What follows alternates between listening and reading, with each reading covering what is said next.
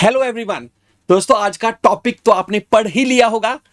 बड़े बुजुर्ग भी कहते थे कि सोने की चमक कभी कम नहीं होती।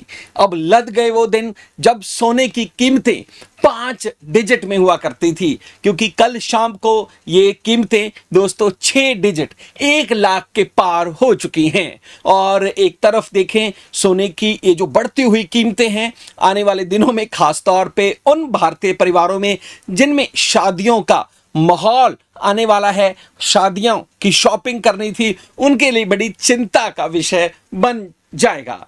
दोस्तों, आज हम इस बात करेंगे इस क्लास में कि सोने की जो कीमतें हैं वो 1 लाख पार कैसे हो गई, क्या उसके रीजन हैं। लेकिन उससे पहले मैं आपको बता दूं, कल दोस्तों शाम को सोने की ये जो कीमतें हैं वो भारत में जो 10 ग्राम, जो हम आम भाषा में जिसे 1 तोला भी बोल देते हैं, 10 ग्राम की जो कीमत है वो 97,200 रुपये तक चली गई। और भारत में सोने के ऊपर 3% जीएसटी लगता है, और अगर हम इस जीएसटी को इंक्लूड कर लें तो ये कीमत है 1,116 तक जो है दोस्तों पहुंच गई, जो कि अपने आप में एक रिकॉर्ड तोड़ जो है ये जो है रहा है। और ऐसी कीमतें शायद 10 साल पहले, 5 साल पहले किसी ने सपने में भी नहीं सोची होंगी। दोस्तों, खासतौर पे मैं यहां पर बात करना चाहूंगा सरकार की। सरकार जिन्होंने कुछ साल पहले ही जो है गोल्ड सॉवरन बॉन्ड चलाए थे, जिसमें कहा था कि सोना कम खरीदें, अगर 24 कैरेट खरीदना है तो उसकी बजाय आप सरकार से बैंकों के थ्रू गोल्ड सॉवरन बॉन्ड में जो है निवेश कर लें। अभी कुछ दिन पहले गवर्नमेंट ने भी सोने की इतनी जल्दी कीमतें बढ़ने के कारण जो है दोस्तों इनको बंद करने का फैसला किया था, क्योंकि जिन लोगों ने पिछले 2-3 सालों में, 4 सालों में इनको खरीदा, उनकी भी हम आम भाषा में बोल देते हैं चांदी हो चुकी है, क्योंकि कीमतें लगभग 3 गुना बढ़ गई हैं। अगर आप नॉर्मल बैंक में एफडी या आरडी के ऑप्शन पे जाएं, जहां पर लगभग 10 से 12-13 साल में पैसा डबल होता है, यहां पर 3-4 वर्ष में पैसा आपका 3 गुना होता हुआ दिखाई दिया। तो इस वजह से सरकार भी सकते में, फिलहाल उन्होंने भी गोल्ड सॉवरन बॉन्ड पे रोक लगा दी है। अब हम जाते हैं कि दोस्तों इन गोल्ड की कीमतों के बढ़ने का सबसे बड़ा रीजन क्या है। लेकिन उससे पहले आपको समझना पड़ेगा कि ये जो गोल्ड की कीमतें हैं, जिन्हें दोस्तों बाजार तय करता है, इन कीमतों को अंतरराष्ट्रीय स्तर पे डॉलर में आंका जाता है, यूएस डॉलर में आंका जाता है। दोस्तों, जब हम यूएस डॉलर की बात करें तो पिछले लगभग 10-12 दिन से डॉलर का जो इंडेक्स है, जो दोस्तों अमेरिका की कमोडिटी स्टॉक एक्सचेंज है, वहां पर डॉलर का जो इंडेक्स है उसमें लगातार गिरावट जो है हमें देखने को मिली। और ये जो गिरावट है, खास तौर पे ये जो टैरिफ वॉर, भाई मैं तो हमेशा ही कहता हूं कि भाई होर 10 किन्नियां तरीफां चाहिए तेनू, ये गाना जो है ट्रंप पर बिल्कुल सही बैठता है। तो भाई ये जो ट्रंप जो है जो तरीफां चाहता है, टैरिफ दुनिया पे लगाए जा रहा है, और चाइना पर तो 246% तक का टैरिफ जो है उसने लगा दिया। इस टैरिफ वॉर में दोस्तों अब जो है लगातार इसकी वजह से जो है, और इसके साथ साथ कई और रीजन भी, जैसे अगर हम बात करें दोस्तों मिडिल ईस्ट में जो क्राइसिस चल रहे हैं, चाहे वो इजराइल ईरान को लेकर हो, दोस्तों दूसरी तरफ रशिया यूक्रेन के युद्ध बंदी तो जरूर हुई है, लेकिन अभी भी युद्ध समाप्त नहीं हुआ है। तो इन सभी को लेकर जो है भाई डॉलर का जो बिजनेस है बहुत सारे कंट्रीज पर बैन हुआ है। और दूसरा जो मैं मुख्य तौर पे जो बता रहा हूं, ये टैरिफ और इनकी वजह से जो डॉलर की कीमत है दोस्तों वो काफी कम हुई है। इसके इंडेक्स में हम देखते हैं जो कभी 100 से कम ही नहीं हुआ करता था, वो अभी 98.3% तक का रह गया है। अब डेफिनेटली जब डॉलर की कीमत कम हुई है दोस्तों, ऑब्वियसली बात है, तो डॉलर की ये जो कीमत है दोस्तों बास्केट ऑफ अदर करेंसीज, जिसमें पाउंड है, येन है, युआन है, दोस्तों दूसरे कंट्रीज जो हम जिन्हें हार्ड करेंसीज बोलते हैं, उनके मुकाबले में अगर डॉलर की कीमत कम हुई है तो डॉलर की डिमांड भी जो है वो कम हो जाएगी। और डॉलर की डिमांड कम होने का मतलब है कि लोगों को लगता है कि अपना पैसा जो है निवेश करने के लिए जो बेहतर, यूएस डॉलर से जो बेहतर है वो क्या है, वो दोस्तों है हमारा सोना, क्योंकि सोने की कीमतें कभी कम नहीं होती हैं, बड़े बुजुर्ग कह गए हैं। दोस्तों ये जो यूएस डॉलर की जो कीमतें लगातार कम हो रही हैं, उसकी वजह से सिर्फ आम निवेशक ही नहीं, इवन दुनिया के जो बड़े सेंट्रल बैंक हैं, मैं उनमें से खासतौर पे रिजर्व बैंक ऑफ इंडिया का जो है एग्जाम्पल लेना चाहूंगा। रिजर्व बैंक ऑफ इंडिया, जिसने अभी सिर्फ जनवरी और फरवरी पहले 2 महीनों में ही लगभग 2.8 टन जो सोना है वो दोस्तों खरीदा। और रिजर्व बैंक ऑफ इंडिया के पास अभी टोटल जो सोने की जो अवेलेबिलिटी है वो दोस्तों 879 टन है।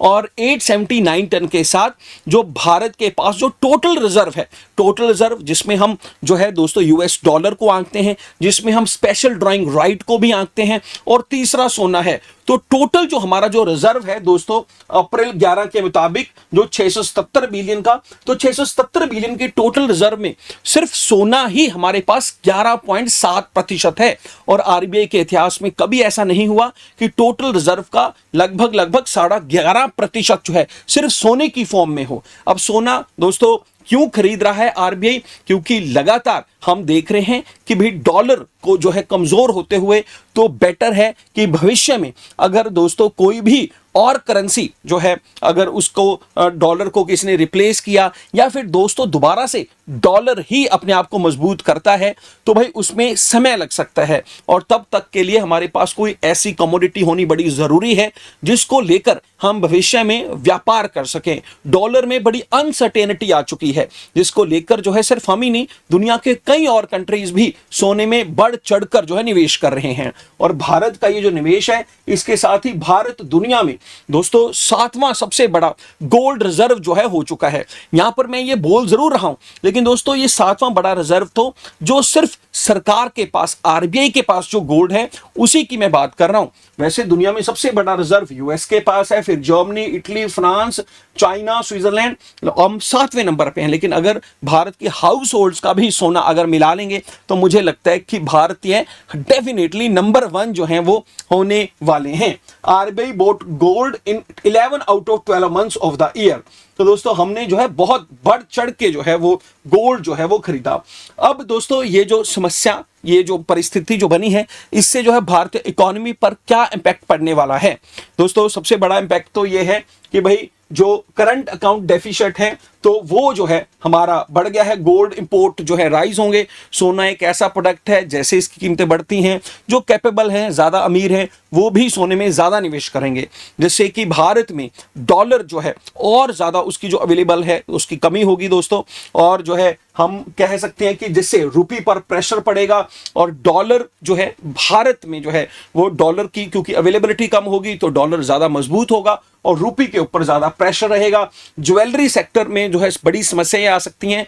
जब मैंने खासतौर पे कहा कि जो कैपेबल लोग हैं, ज़्यादा रिच लोग हैं, वो तो ज़रूर सोना खरीद लेंगे, लेकिन भारत का एक बड़ा हिस्सा मिडिल क्लास फैमिलीज, गरीब लोगों के लिए जो है अब जो सोना है वो दूर के जो है वो ढोल वाली जो है दोस्तों जो कहावत है वो सही हो सकती है, जिससे कि भारत का जो ज्वेलरी सेक्टर है वहाँ पर भी सेल में जो है काफ़ी बड़ा जो है वो हमें दोस्तों जो है आने वाले दिनों में ड्रॉप नजर आता हुआ दिखाई दे सकता है। और हाई गोल्ड प्राइसेस जो हैं दोस्तों कहीं ना कहीं वो इन्फ्लेशन को भी अफेक्ट जो है वो कर सकते हैं। तो ये तो जो इम्पैक्ट है, ठीक है, लेकिन दोस्तों ये इम्पैक्ट जो है हम कम समझते हैं, लेकिन सीधा सीधा भारत में गोल्ड को हम इन्वेस्टमेंट से सीधा सीधा हम गोल्ड को जो है शादियों से ज़रूर जोड़ के देखते हैं। मतलब शादियों की कीमतें बढ़ने वाली हैं, शादियों में जो है आपका जो जो जो जो दोस्तों आपकी जो शॉपिंग है उसका जो बजट है वो हिलने वाला है।